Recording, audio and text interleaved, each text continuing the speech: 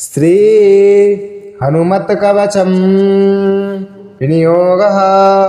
अस्य श्री हनुमत्कवचस्तोत्र महामन्त्रस्य वसिष्ठऋषेरनुष्टुप् छन्दः। श्री हनुमान देवता मारुतात्मजेति बीजम् अंजनासूनुरिति शक्तिः वायुपुत्र इति कीलकम् हनुमत प्रसाद सिद्ध्यर्थे पाठे विनियोगः। उल्लंघ सिन्धो सलिलं सलिलं यशोकवह्निं जनकात्मजाया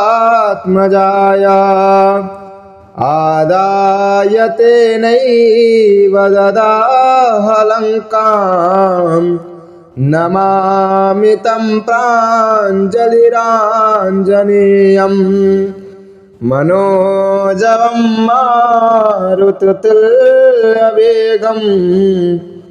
जितेन्द्रियं बुद्धिमतां वरिष्ठम् वातात्मजं वानरयूथमुख्यं श्रीरामदूतं शिरसा नमामि। उद्यदादित्यसङ्काशम् उदाराभुजविक्रमं कन्दर्पकोटिलावण्यं सर्वविद्याविशारदं श्रीराम हृदयानन्दं भक्तकल्पमहेरुहम् अभयं वरदं दोर्भ्यां कलये मारुतात्मजं। श्रीराम राम रामेति रमे रामे मनोरमे सहस्रनाम तत्तुल्यं राम नाम वरानने। पादो वायुसुता पातु रामदूतस्तदङ्गुलिः गुल्फौ हरीश्वरः पातु जङ्घे चार्णवलङ्घनः। जानुनी मारुते पातु ऊरुपात्मासुरान्तकः गुह्यं वज्रतनुः पातु जघनं तु जगद्दितः। आञ्जनेयः कटिं पातु नाभिं सौमित्रिजीवनः उदरं पातु हृद्येः हृदयं च महाबलः। वक्षो वालायुधा पातु स्तनौ चामिति विक्रमः पार्श्वौ जितेन्द्रियः पातु बाहु सुग्रीवमन्त्रकृत करावक्षजये पातु हनुमांश्च तदङ्गुलिः। पृष्ठं भविष्यद् ब्रह्मा च स्कन्दो मते मतांवरः कण्ठं पातु कपिश्रेष्ठो मुखं रावणदर्पः वक्त्रं च वक्त्रिप्रवणो नेत्रे देवगणस्तुतः।